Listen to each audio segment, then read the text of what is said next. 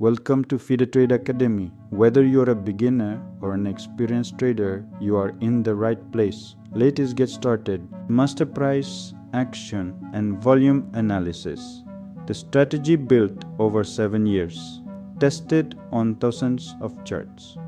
In today's course, I'm going to teach you the exact trading methodology I personally use to find high probability trading opportunities in crypto, stocks, and other liquid markets. This strategy is not based on predicting the future. It is based on understanding price action, volume, and institutional activity. Over the years, I realized something very important. Most retail traders chase the market. Professional traders wait for the market. This course will teach you how to wait for the right conditions instead of forcing trades every day. By the end of this course, you'll understand how I identify potential institutional accumulation, wait for confirmation, manage risk, and aim for favorable risk to reward opportunities. Let's begin. Stage 1. Why most traders lose money. Most beginners focus on indicators. They fill their charts with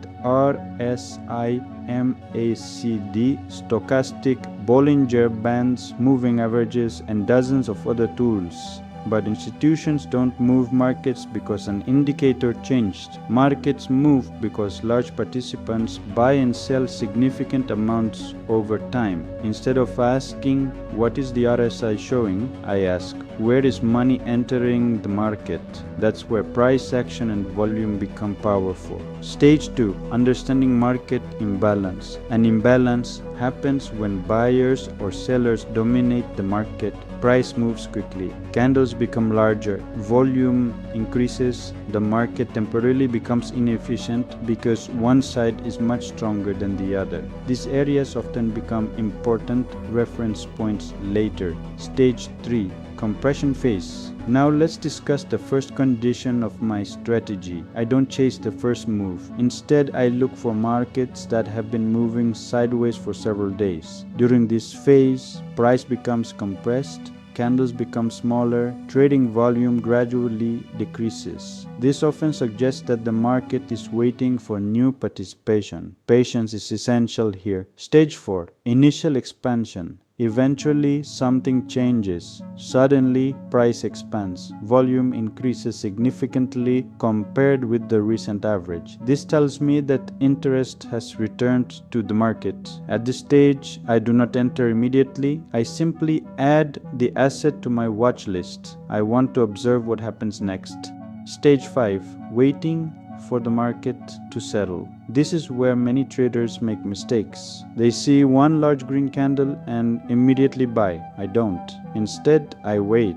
Sometimes institutions pause after the initial expansion. Volume decreases again. Price consolidates again. The market begins building a new base. This second period of calm is very important in my approach. Stage 6. Confirmation.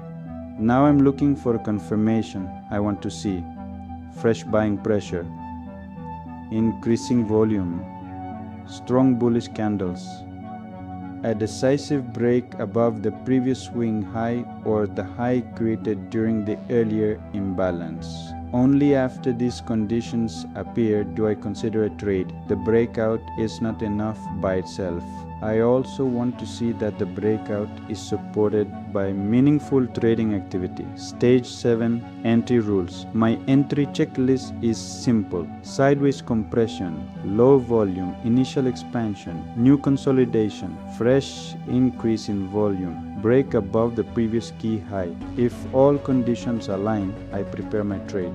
Stage 8. Stop loss placement. One reason I like this setup is that it often allows a relatively tight stop loss. The stop should be placed based on market structure, not on a fixed number of dollars or percentages. If the market invalidates the setup by breaking below the structure that justified the trade, I exit. Every trader should decide position size based on their own risk tolerance. Stage 9. Profit targets. Before entering a trade, I define my target. Personally, I often look for opportunities where the potential reward is several times larger than the risk.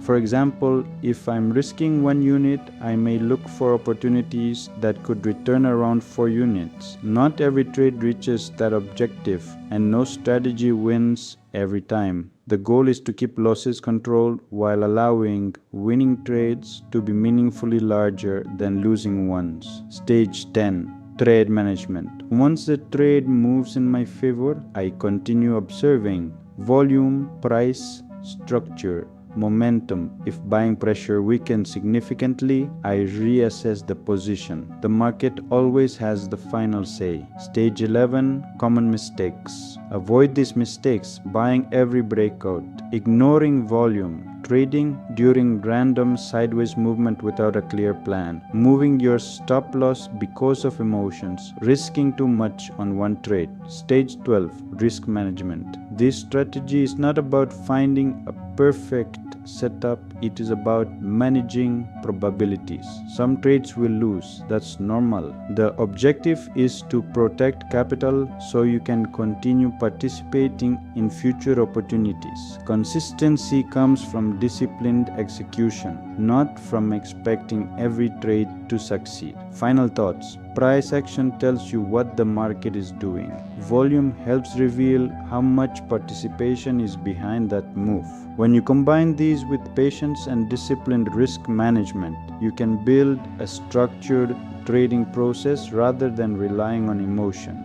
Thank you for watching Fida Trade Academy. I hope this lesson helped you become a smarter trader. If you enjoyed this video, subscribe to the channel and turn on notifications so you never miss a new lesson. Watch one of these recommended videos to continue your trading journey. I'll see you in the next video.